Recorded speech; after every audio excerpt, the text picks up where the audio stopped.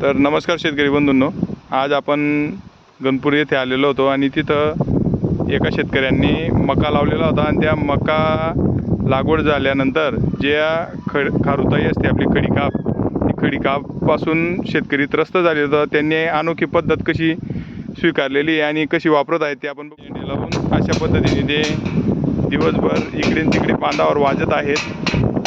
तर आपण त्यांना विचारून येऊ की कशामुळे ते दादा हे असं काबा वाजी राहत तुम्ही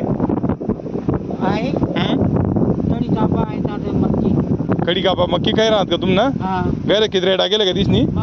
मग दिनभर वाचतस का तुम्ही हे असं हा दिनभर असंच वाजी राहणार हा कसं वाचतस तुम्ही असं मग असं आहे का पैसे दिस का मग बडी खडी कापा कितला वाजायला येतात आणि कितला वाजायला जातस तुम्ही 5-5 बापरे मग गैर किती रेटा गेले का दिसनी बापरे असं दिनभर वाजणं पडस का मग दिनभर आता बांधवर आता तर रोज सकाळी संध्याकाळी वाजाना बापरे चालेल धन्यवाद शेतकरी मित्रांनो.